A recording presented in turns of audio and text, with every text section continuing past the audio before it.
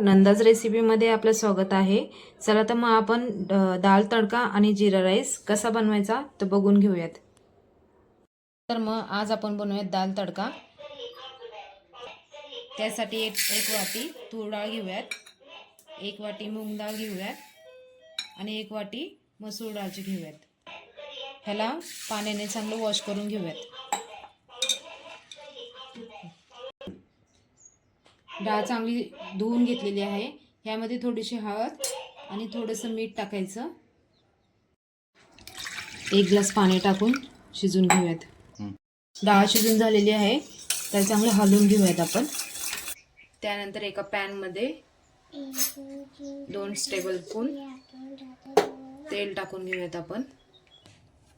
1 चमचा जिरे, 1 चमचा मोहरी, बारीक कट केलेली लसूण आणि अद्रक, चवीनुसार मिरच्या कट केलेल्या,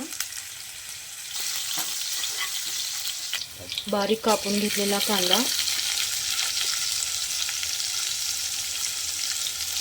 बारीक कट केलेला टोमॅटो मिक्स करून ह्याला चांगलं शिजवून घेऊया।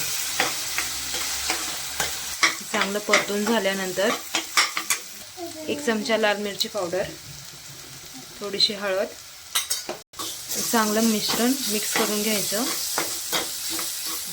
यानंतर शिजवलेली जी डाळ आहे ती वरून फोडणीला द्यायची। थोडीशी कोथिंबीर वरून टाकायची। राईस बनवण्यासाठी इथे मी 1 वाटी तांदूळ घेतलेले आहेत, त्याला चांगले वॉश करून घेऊयात।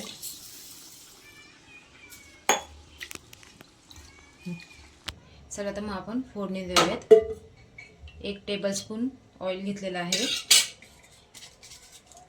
त्यामध्ये दालचिनी, तेजपत्ता, काळी मिरी आणि लवंग टाकूयात। चांगलं हलवून घ्यायचं याला।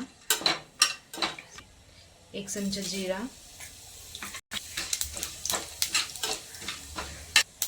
हे चांगलं परतल्यावरती त्यामध्ये तांदूळ टाकून घेऊयात आपण।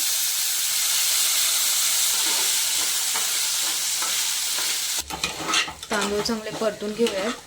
परतून झाल्यावरती त्यामध्ये मीठ टाकून घेऊयात, चवीनुसार घेऊयात।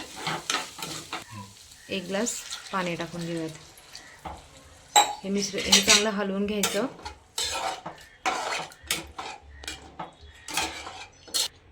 कुकरचं झाकण लावून चांगलं शिजवून घेऊयात। अशा प्रकारे हा दाल तडका आणि जीरा राईस झालेला आहे। तर तुम्हाला आवडल्यास तुम्ही एकदा नक्की ट्राय करा। झालेला आहे। व्हिडिओ आवडल्यास लाईक करा, शेअर करा आणि चॅनलला सबस्क्राईब करा।